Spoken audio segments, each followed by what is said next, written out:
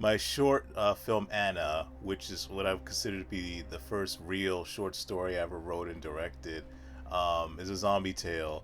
But Anna is far from the first zombie tale I created. Years before I created Anna, I created a zombie tale more like a zombie saga with Wednesday's Children. Wednesday's Children is about, or at least what it was about.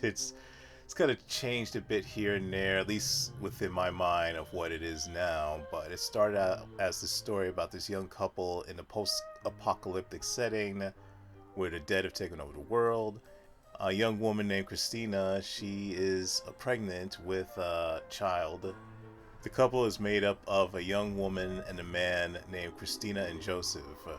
Christina discovers one day that she is pregnant, and her whole world, which is already an incredibly fragile and dangerous place, just becomes even more just distressing when she finds out that she is pregnant, because she is pregnant in a world that is essentially dead. And throughout the story, she's in constant turmoil over what to do about the baby. And just like George Romero's original Dead trilogy, this ideal itself eventually became a trilogy of films, at least in my head, a trilogy of films. Each one has its own theme. The first one, well, I mean, I don't know if I should spoil each of the specific themes of each film right now. But yeah, each one has its own specific theme, just like the original Dead trilogy has its own specific themes. Yeah, I've been waiting a very, very, very, very long time to make this a reality in terms of making it a series of feature films. So far, I've only been able to make two short films based in the world of Wednesday's Children, but I still feel very thankful that I have able to even do that. I've written three different scripts, like feature-length scripts, for at least the first installment of Wednesday's Children, and each one is very, very different from the other. Um, the latest version I have right now is a much more isolated tale, like than the first two. The first two are more expansive. I wouldn't say epic, but definitely just a lot more broader, a lot more things in terms of like going to different locations, bigger cast of characters, just more of everything. This latest version of Wednesday Children that I have written um, basically takes place in one location. Like 99% of it takes place in one location, and has maybe three principal characters, maybe four, depending how you count it. Yeah, but even though it's the most smallest version I have so far, at least in terms of like, story elements and such, it's the one that I like. I think emotionally is the most satisfying, even though there are definitely scenes in the previous versions, previous drafts I wrote that I do like a lot and I do miss. Um, but yeah, like putting things into motion right now to go ahead and get that the most recent draft of Wednesday's Children to be finally produced and released, and then I can move on to the rest of the installments in this trilogy. But before, as I mentioned before, there will be the feature film. There were the two short films that I did, and I'm not gonna talk too much about the second short film, only because not a lot happened. Like in terms of the making of it, like I wrote it pretty quickly, and we filmed that one pretty quickly in the day, and it just there wasn't a whole lot to it, so I won't be speaking too much about it. Even though it's one that I really, really like a lot. I really like both of them a lot.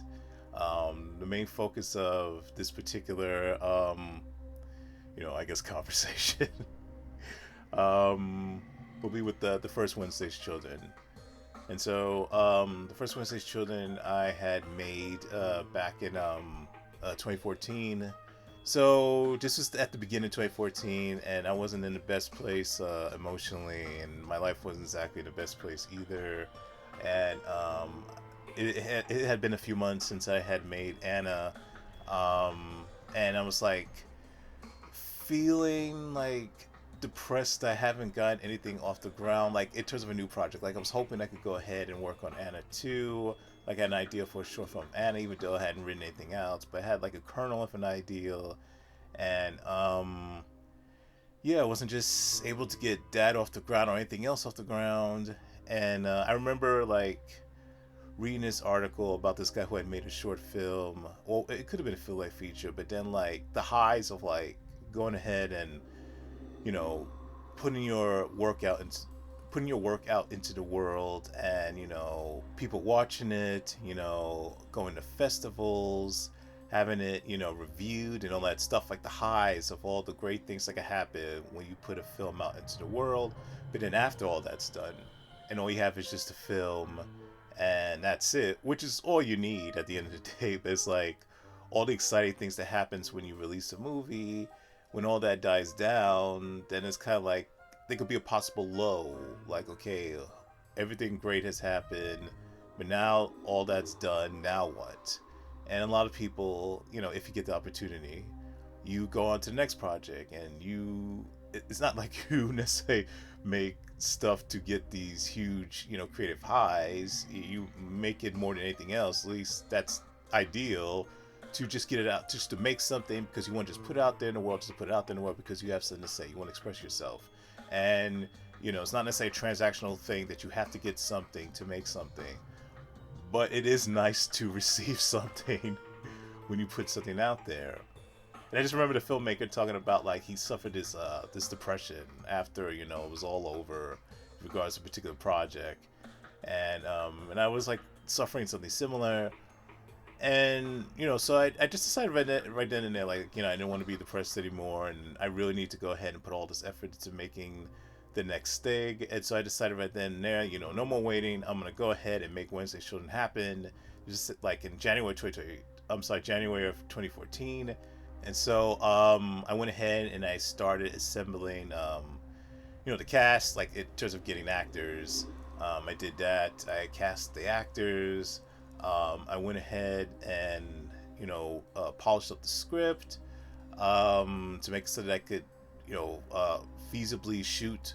I also went ahead and I prepared. I launched a Indiegogo campaign for it, and originally, like I was going to do like a feature film of Wednesday's Children. That's what the the campaign I had in mind. But then after some thought, like yeah, like and after somebody had talked to me, say yeah, maybe you should start small, just do a short film version of it. And so I did that. Launched Indiegogo. Didn't reach my goal. Not nowhere even close. But I did raise enough money, to go ahead and make the version of the film that I made, and I'm so thankful, um, for everyone who contributed to my Indiegogo campaign. You know, Thank you all so much for helping to make this dream possible, making this short film. And so the months went on into 2014, and there's definitely like with all I'm not gonna say with all projects, I'm not gonna say with all film projects, but often with film projects, whether it's a micro budget thing or a huge $200 million type of thing or more, there could be a lot of starts and stalls, and yeah, so I remember you go ahead and you make all this progress, I got the actors, I got this, I got that, I got the location, and all of a sudden you don't have the location.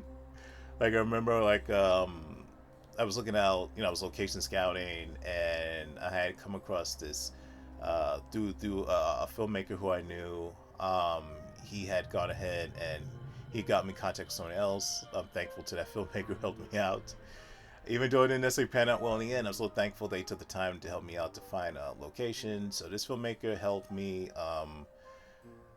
get in contact with this guy, and he was a nice guy. And it's just someplace in Queens. I think it's maybe Astoria or something.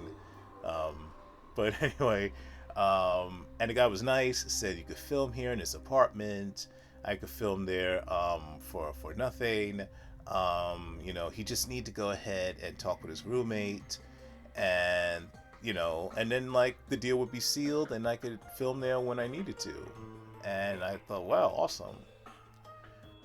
And then I believe it was the next day or so, and the guy got back in contact with me and told me he had spoken with his roommate, and his roommate wanted to go ahead and charge money. It was like, you could film here, but he wanted to charge me this, and then he wanted this condition and that condition.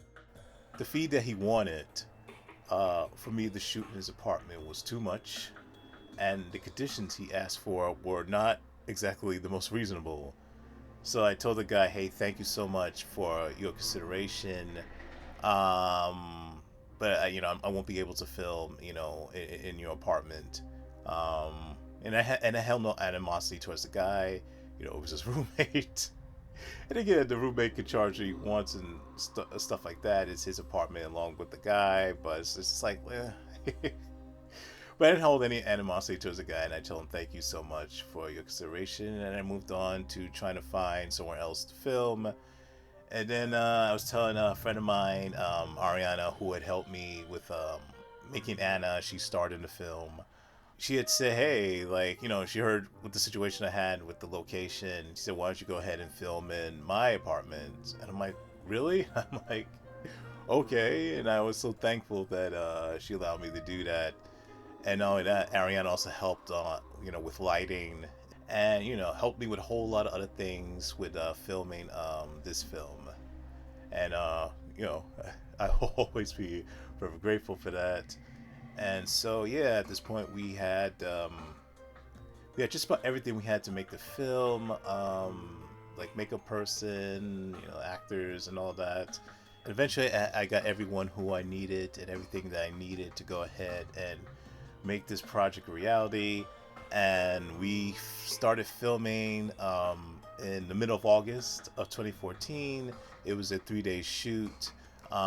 We day 1 and 2, I think it was August 16th and 17th, and the third day was the following weekend, August 23rd, I think. We shot in downtown Manhattan, and the cast and crew comprised of trying to remember everyone's names. The lead actress who played Christina, Rebecca Canavan. She actually was one of the final contenders for the role of Anna. And I remember she gave such a great audition for Anna. I had asked her, hey, do you want to go ahead and play the part of Christina in this film? She said yes. Alexander Zarbis, he played Joseph. My brother Kevin, he played the Nightmare Zombie. And also I played a zombie in this film. I played a zombie that is chasing Christina and Joseph in the beginning of this tale. In terms of the crew is Ariana. She, as I mentioned, she was part of the crew. Jessie Ng, she was a cinematographer. Jackie Mazzaro did the makeup. Ruben Aloa, I'm sorry if I didn't pronounce your name correctly. He did the special effects. Renato Brea did the sound along with Esteban Moya. Also want to give a shout out to Harry Vasquez. He was the owner of the apartment I had filmed in. I am eternally grateful for you allowing me to film inside your home. So I remember like it was yesterday, me arriving to the location. Like I was outside the apartment building we filmed in, and I was sitting on this bench because I had gotten there quite early, and just sitting there thinking like, man, like I don't know, I wouldn't say I was really filled with nerves, not in the same way like I was when I filmed Anna, but I definitely was kind of nervous. But at the same time, like excited, like finally, like the first, like I don't, what was the first story I had in mind? But one of the earliest stories I had in mind, like that was finally getting the chance to film it, because I had many other stories, many other films, sagas in my head that I wanted to film, and maybe one day I'll talk about the unmade stuff, and which will probably always remain the unmade stuff, that I had in my mind. But yeah, I just remember just sitting there. That wasn't actually I think it was kind of like warm that day because the thing was like I remember we couldn't turn on the AC because it was summer. It wasn't like scorching hot that day, but it was definitely warm. Like it was comfortably warm inside. I mean outside, it was comfortably warm. It was only when I got inside and we started filming, and you don't want ACs running or anything that makes a lot of noise when you're filming. And I remember just being like, again, not scorchingly warm, but like still like not exactly comfortably warm either throughout the shoot, at least at that first day. And then all of a sudden, like the makeup person, Jackie, she arrives. I see her, and then we, after talking a little bit, we go upstairs, and everybody else starts coming, arriving on set. But then there was one particular person who did not arrive on time, and everybody was supposed to be there like by 4 o'clock, and yeah, 4:15 had passed, 4:30. I'm like, this is the very opposite of Anna, where everybody arrived on time. And the thing was, we couldn't really do what I intended to do in terms of like shot lists and stuff. I mean, we still were able to like. I still could do what I could do without everyone being there. But it's like, I don't know. Just like, and the thing is, this person took a while to get back to me, to like say, hey, I'm going to be late. Because this person just told me I'm going to be late, Then I would have been like, okay, would have been thrilled. But at least you let me know you're going to be late, and then we will go about the production accordingly. But this person did not get back to me in a timely manner, and 4:30 had passed, and I'm like, okay, where is this person? And I was getting quite upset. Like I wasn't getting like visibly upset, like in an overt type of way, but Ariana had noticed that I was getting upset, and she took me to the side, like she talked to me, and like calmed me down, and it worked, and so thankful for that, and I did indeed calm down, and just went forward with doing what we had to do, with going on with the production of this film, and we did what we had to do, and eventually I did hear from this person. They told me that they were going to be late, like quite late, like call time was 4 o'clock, and this person did not arrive until like sometime after 6. But they did eventually get there, and we did what we had to do without skipping a beat, and they eventually arrived, and from once they arrived, I felt like fully relieved, and like I said, we did what had to be done. We got all the shots that we needed to get. Um, and yeah, like the rest of the shoot was just fun. Like the rest of the shoot, like everybody got along. Um, yeah, I don't know, just just feeling nostalgic, just feeling good right now, just thinking about those memories, like that first day, and yeah, like that day we shot. I'm trying to remember what we shot. So we shot. Oh man, kind of like forgetting what we. I know for sure we shot like my most favorite scene of the film, and that's the scene between with Christina and Joseph. Like they're together, and Joseph is talking about a dream he had, and you got Christina's reaction to the dream, and it's a heartfelt scene between the both of them, and yeah, I just remember just getting that in the can and just like, yeah, this is gonna work. This is gonna work. Just seeing how the scene played out, and we got some other stuff here and there. Yeah, I think we also got the scene where Christina and Joseph arrive in the bedroom of the apartment. Like they basically the film starts out with they're running for their lives. They get inside this empty apartment, and when they get into this empty apartment, there's this dead body in the bed, in the bedroom, and the body's covered with a sheet, and like me, well, I could have gone that way. I'm sorry, but just just thinking about like how the body got there. It's certainly not a funny thing at all But I'm just like thinking about like explanation, how the body got there. But anyway, whatever. But yeah, like everything really went well that first day.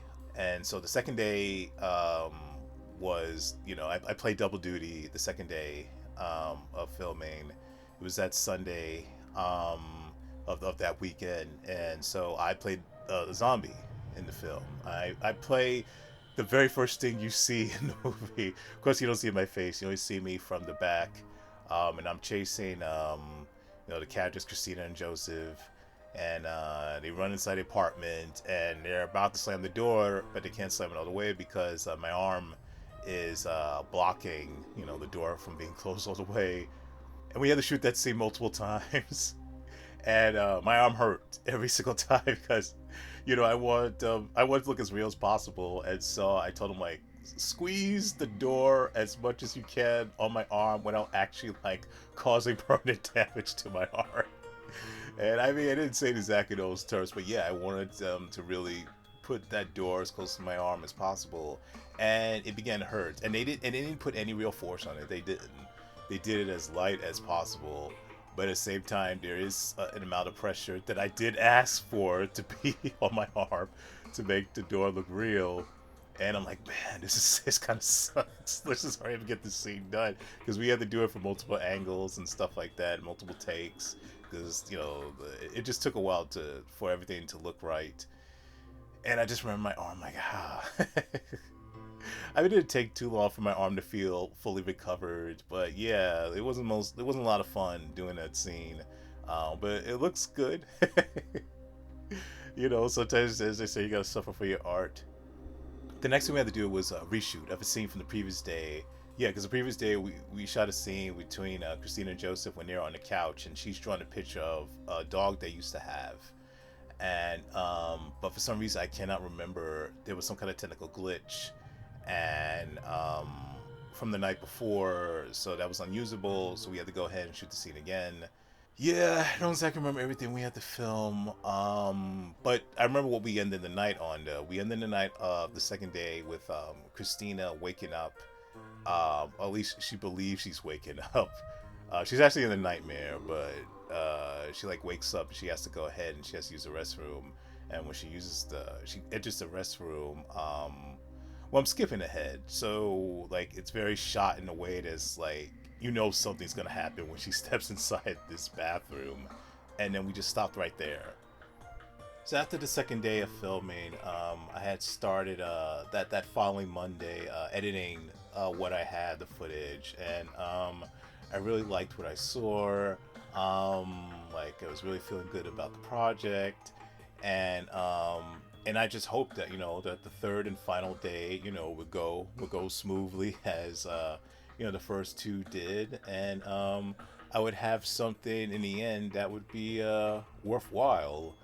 And so yeah, the days sped by, and all of a sudden it was the following weekend. It was the last day of shooting, and most of that day comprised of doing the nightmare sequence, which to me is in some ways the most pivotal moment in the film. To me, it's like emotionally my favorite moment in the film is between Christina and Joseph and the dream. Joseph talks about he has. But my favorite scene, though, in terms of like I guess visceral impact and visually, like to me the best scene in the film is the nightmare sequence. The day of the nightmare sequence, like I was fully prepared in terms of like having like a shot list and storyboards and all that, and but just I don't know, it just what I had, just it was just too much. Like everything I wanted to do was just too much. Like it took a while to get going, get the rhythm going on like filming this scene. Like things were stalling and just I don't know, things just weren't working. And Jessie, my cinematographer, she has suggested like, yeah, we need to just scrap the shot list. We need to scrap the storyboards, and we just need to just do all this on the fly, just for us to get going, to get some traction. And I'm like, yeah, let's do this, because what I had in mind is just too much. It was too complicated, and and we both came up with ideals to go ahead and just to get this scene going, get this scene filmed. She came up with the bulk of the stuff, and she came up with a lot of great ideas, a lot of great shots, and yeah, like once we did that, like the everything just came together, everything just went quickly, efficiently, and yeah, like it was a lot of fun, getting that scene filmed. A lot of work too, but yeah, it's a piece that I'm very very proud of. Everybody was great in the scene. Everybody who could make great contributions to the scene. Just Ruben's special effects, Jackie's makeup, um, Jesse's cinematography, Rebecca's acting, and my brother Kevin's acting. Like, this is the first time I've ever seen my brother act on screen, and he just really really impressed me with his ability, like playing this zombie. Like, I was really really proud, the work that he did, playing this particular zombie. And yeah, I'm like, yeah, he has it. He definitely has it as an actor. And my brother would go on to act in many, many, many more things after this. After we filmed the nightmare sequence, we went ahead and filmed Christina putting on the zombie makeup. We filmed Joseph praying, and we filmed the final sequence of the film where Christina and Joseph, prepare to make their exit from their apartment and go back into the wild, the world of the living dead, leaving the apartment for good. And yeah, like we were pretty much just about near the end of shooting. But the one thing that was like preventing that was so there's this one moment where Joseph is like um, go ahead and no, was it Joseph or was it Christina? It was one of them. Like, basically, no, I think it was Joseph talking about like "You're my rock." Alex had a difficult time like saying "You're my rock," and I don't know, like Alex kept saying the line "You're my rock," but just couldn't get past. I don't know, just kept on flubbing that line because it just didn't flow as well as everything else did in the dialogue. And so I say, hey, just like, I guess we should remove the line, "You're my rock." And then Alex was able to go ahead and finish this, I guess, the love speech of how much Joseph appreciated Christina in the end.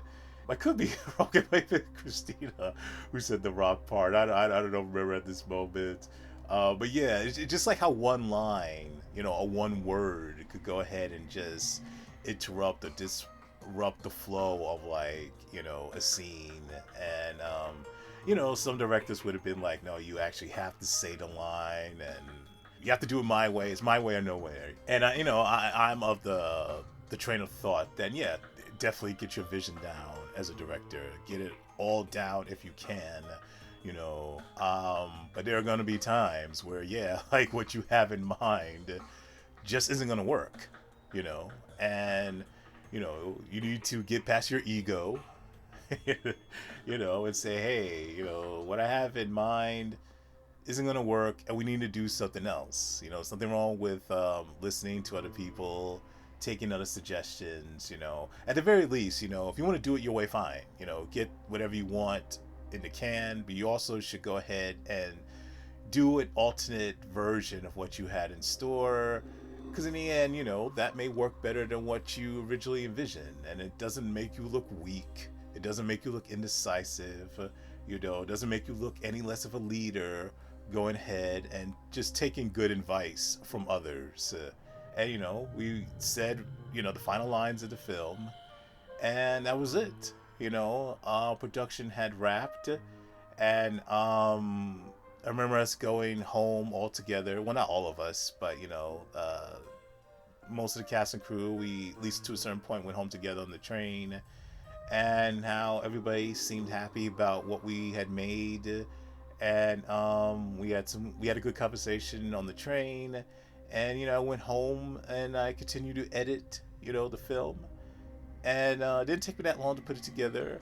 And yeah, came up with something that I found, very, very, very worthwhile. The end product, well, I don't want to say product. That's don't see my films as product, but the end results um, of this particular film was quite different than what I originally envisioned. What I originally envisioned was a lot more bleaker in terms of like tone, maybe even nihilistic. What I originally envisioned, well, what I ultimately came up with is was definitely certainly not lighter in tone, but maybe not as bleak as I originally intended it to be. It was more, I don't want to say heartfelt. It always was heartfelt, but I guess, I don't know, more, just less despairing, more hopeful than what I originally had planned for. And that was okay. That was okay. Like, I thought, like, ultimately, the project ends up being what it's going to be, and hopefully what it ends up being is something that you end up liking. And I liked it a lot. I loved it, what it became in the end. I submitted it to a number of festivals, but it got rejected by all of them. Like, but at the time, it really bummed me out. But I can see, like, where, like, why did it get accepted? Not to say that I don't think this is good. I really, really like. I love this short, but at the same time, like, I know the things that festivals look for, and maybe it didn't, like, if in their eyes, quite meet the standard. Even though in my eyes, I think it does, but it's what you want, and then there's what other people want. A friend of mine's Zeph, a fellow filmmaker, he had invited me to this function, this party he was having at his place. He had said that he gave me the opportunity, like, hey man, I know you have this new short film, if you want, like, I could screen it for our guest at the party, for his guest at the party. And I'm saying, wow, like, thank you so much for this opportunity. And this was towards the end of the party.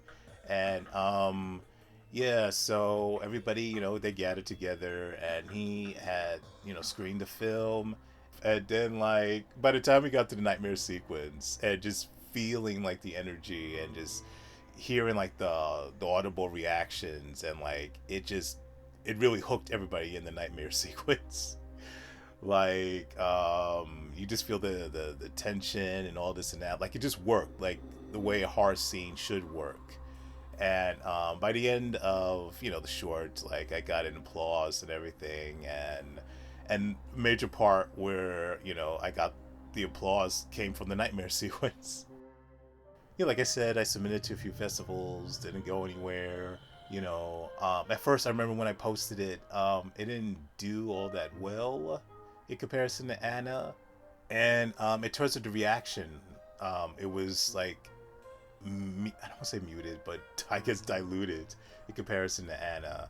Um, and I remember feeling a bit disappointed, not in terms of the film itself, but the reaction to it. I was disappointed. But over time, like, it started building and building, and it, I mean, to this day, it doesn't have quite the number of views that Anna has in regards to, let's say, YouTube.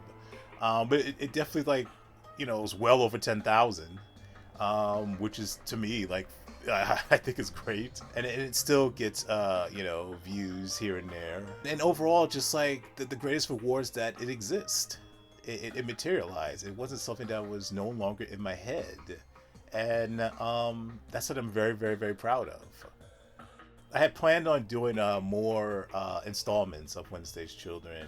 I remember wanting to do one the following year at Alley Pond Park, and I had scripts written. I had the actors. The actors were going to return to their roles. I had another actor, a new actor for a new role, and I was really excited. But for one reason or another, it wasn't, basically wasn't meant to be. And I had to cancel those other installments. This particular installment was supposed to be, or short film, was supposed to take place, like, in the wild. Is Christina and Joseph, back out into the the living dead world, and them coming across zombies and this new character called Rose. Um, like I said, it wasn't meant to be. Had to cancel that, and not happy about that. Really looking forward to doing that, but ultimately it was a blessing because my focus had shifted from making more shorts in the world of Wednesday's Children to focusing on the Sin Reapers, and which is a project that my brother Kevin created. But yes, I put all my focus, well, not all my focus, but primarily my focus on getting the first installment of Sin Reapers off the ground. But I still want to do an installment of Wednesday's Children, so I came up with this idea of like Christina going out there scouting for supplies, and she came across like an ex-love, her first love, during this particular trek. And the role of her first love, I gave to this actress named Raquel Simone. Well, I had her audition for the part, for a part in the first Sin Reapers episode that we did. I gave the role to someone else, but I was really impressed by Raquel's audition. So in a way, like, I actually created this role for her, because I really wanted to work with her, and I gave it a part of Christina's first love. I think the character's name of Christina's first love was named Sarah, and yeah, so we shot that. It was called the name of the short is called Wednesday's Children Christina, because the focus of this was mainly Christina. Like I mentioned before in the beginning, the shoot for Wednesday's Children Christina went super smoothly. Not much happened. We had a fun time shooting, the cast and crew. There were no hiccups. This is one of the smoothest shoots I ever had. Like, it just, yeah, just one of the fastest shoots I ever had. We shot it all in one day, pretty much one afternoon, and yeah, it's also one. It's a short that I really like a lot. Like, I love it. And in terms of the tone, it's actually more closer to the more bleak, despairing tone that I originally had in mind for Wednesday Children than the first one. A lot more bleaker, actually. A lot more heavier. This particular shoot involved like Rebecca Canavan, myself, Ariana Vasquez, Jackie Mazzaro, and Esteban Moya. I also submitted this short to a number of festivals, but unlike the original Wednesday's Children short film, this one did get at least two screenings. No, it was three screenings, actually. It actually had a screening at the Anthology Film Archives. It had a screening at the Macabre Fair Film Festival, where Anna also had a screening at. It also had a screening at, I believe the name of the film exhibition was called Grindhouse Nights. Yeah, that was a really good screening. I mean, all of them were really good screenings. At the time, I was hoping that I could make more Wednesday Children short films. I had this one idea that was actually set at Christmas. One that actually would still like the film, or in one way or another. But alas, it has been more than a decade, and I haven't been able to film any more like Wednesday's Children, like short films, or any other type of projects. But that's okay, because everything in its time, and I definitely will get this feature film made. And I think ultimately in the end that I know ultimately in the end, like, all this waiting, all this patience will finally pay off. Like, for the very first, well, it's not the very first saga I had in my head, but the very first one I seriously want to get made, filmed in my head. I just feel thankful for, and even if if for some reason, which it won't be the case, but if for some reason, like, I don't film anymore of the story of Christina Cardille, I still feel very lucky and very blessed that I got to do what I've done so far and work with the people who I've worked with, because without them, this would have never have been possible. So now I'm at the point of wrapping things up, and not sure what else. Again, like what else I can add to this, other than to say that yes, that the Wednesday's Children feature film will definitely happen. The trilogy or the saga will definitely happen. I don't care if it, the last one I make, well, the concluding story of this saga, like I'm 70 years old or 80, whatever. Like, I will not quit until this gets made one way or another, even if it's the only set of films that I make. Like, in terms of feature films, this story is too important to me. There's so much I want to say, with this story, with this saga, and I have barely begun to say anything about what I want to say, with this particular story. But I will get my chance. For all of you who've gone ahead and watched what I've made so far with this story, I'm very grateful to you all.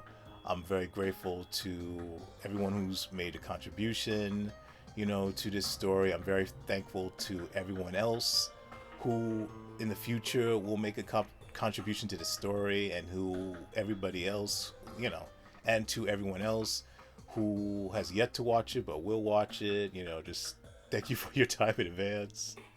The story of Christina, that's out there, is only the beginning.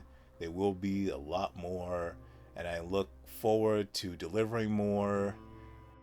Thank you, everyone who helped me make this dream of taking my most personal story, the one that's been with me, maybe not the longest, but that's resonated with me, the most of all the stories that I've made so far, a reality, and I just thank you all for your support. And like I said, there will be a lot more to come, because the story of Christina is far from over.